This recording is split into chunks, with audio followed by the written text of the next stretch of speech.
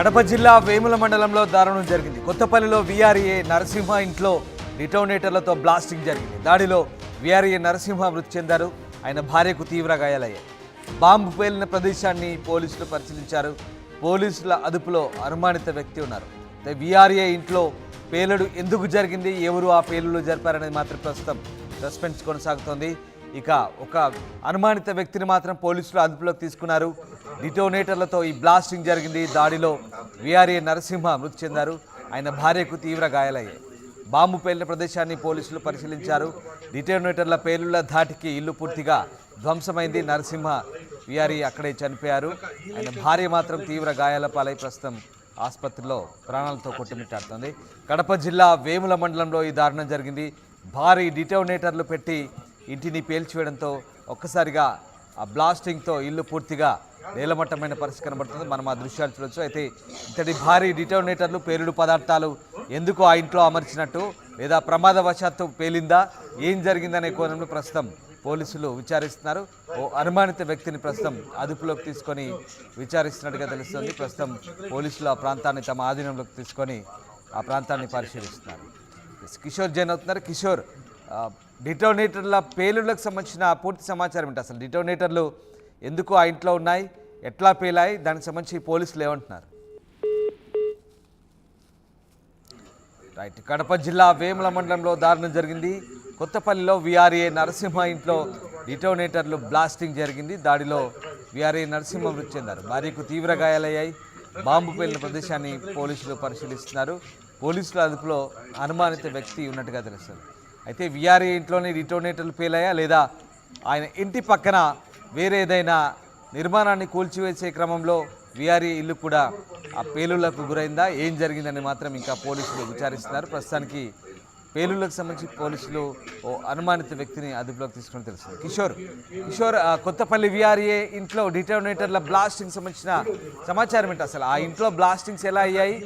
పక్కన ఏదైనా బ్లాస్టింగ్ జరిగినప్పుడు ఆ ఇంట్లో పేలుళ్లు జరిగాయా, లేదంటే ఆ ఇంట్లోనే డిటోనేటర్లు పెట్టి పేలుళ్లు చేశారా? అసలు ఏం జరిగింది?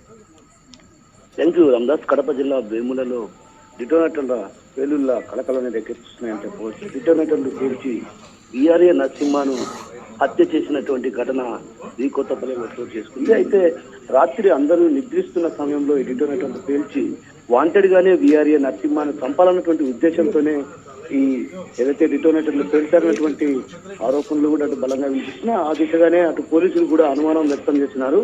ఏదైతే వీఆర్ఏ నరసింహ నిన్న ఉదయం గండికి వెళ్ళారు. గండికి వెళ్ళి దర్శించుకున్న అనంతరం కూడా ఆయన ఇంటికి చేరుకున్నారు. ఇంటికి చేరుకున్న తర్వాత అందరూ అలసిపోవడంతో అక్కడ నిద్రించారు. అయితే తను తన భార్యతో పాటు ఇద్దరు కూడా పక్క పక్కన మంచాలు వేసుకొని పడుకున్నారు. అయితే తన మంచం కిందే డిటోనేటర్లు పెట్టి పేల్చడాన్ని బట్టి చూస్తే మాత్రం వాంటెడ్ గా ఇది హత్యకు పథకం చేశారన్నటువంటి ఆరోపణలు కూడా బలంగా వినిపిస్తున్నాయి. ఆ దిశగానే అటు పోలీసులు కూడా పూర్తి స్థాయిలో దర్యాప్తు కొనసాగిస్తున్నారు.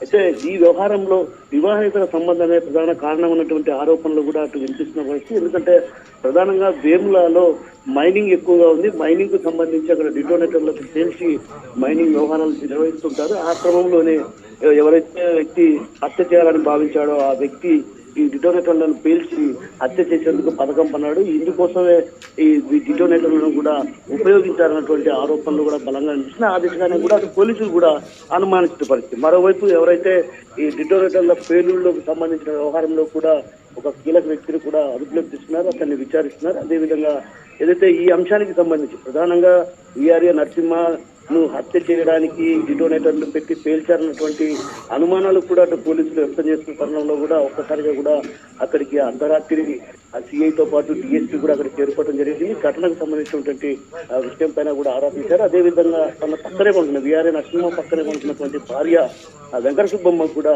తీవ్రంగా గాయపడ్డారు. ఆమెను కడప రిమ్స్కు తరలించారు. అయితే ఆమె చికిత్స పొందుతుంది. అయితే ఆమెకు ప్రాణాపాయ స్థితి కూడా ఉందన్నటువంటి భావన అటు వైద్యులు చెప్పడంతో కూడా ఒక రకంగా కుటుంబంలో ఒక రకంగా విషాద ఛాయలు అందుతున్నాయని చెప్పవచ్చు. ఇందుకు ప్రధాన కారణాలు అసలు డిటోనేటర్లు పెట్టి పేల్చి హత్య చేయాల్సినటువంటి అవసరం ఏమొచ్చిందన్నటువంటి కోణంలో కూడా అటు పోలీసులు పూర్తి స్థాయిలో దర్యాప్తు కొనసాగిస్తున్నారు. మరోవైపు ఏదైతే ఈ అంశానికి సంబంధించి ప్రధానంగా ఎందుకు హత్య చేయాల్సి వచ్చింది, అసలు వీటి వెనుక ఉన్నటువంటి ఏందన్నటువంటి విషయం పైన కూడా ఇప్పటికే పోలీసులు కూడా ఆరాధిస్తున్నారు. ఆ దిశగా కూడా దర్యాప్తు కొనసాగుతుంది. మరోవైపు వేంపల్లలో ప్రధానంగా మైనింగ్ ఉన్నాయి. మైనింగ్ డిటోనేటర్లను ఎక్కువగా తెప్పిస్తుంటారు కాబట్టి ఆ క్రమంలోనే డిటోనేటర్లను తెచ్చి ఇంట్లో పేల్చారన్నటువంటి అనుమానాలు కూడా బలంగా వినిపిస్తున్న తరుణంలో ఆ దిశగా కూడా పోలీసులు దర్యాప్తు కొనసాగిస్తున్నారు. అయితే ఈ అంశం పైన ఏదైతే వివాహేతర సంబంధమే ఇందుకు ప్రధాన కారణం ఉన్నటువంటి బలమైనటువంటి అనుమానాలు కూడా అక్కడ వ్యక్తం చేస్తున్న పరిస్థితి. అదేవిధంగా గ్రామంలో కూడా ఇటీవల కాలంలో కూడా వీరిపై ఎవరైతే వివాహేతర సంబంధం కారణంగానే ఇది జరిగి ఉందన్నటువంటి భావన కూడా అటు గ్రామస్తుల్లో వ్యక్తం అవుతున్న పరిస్థితి ప్రధానంగా కనిపిస్తుంది. Thank you Kishore. కడప జిల్లా వేముల మండలం కొత్తపల్లిలో వీఆర్ఏ నరసింహ ఇంట్లో డిటోనేటర్ల బ్లాస్టింగ్తో వీఆర్ఏ నరసింహ మృతి చెందారు. ఆయన భార్యకు తీవ్ర గాయాలయ్యాయి. బాంబు పేలిన ప్రదేశాన్ని పోలీసులు అయితే పరిశీలించారు.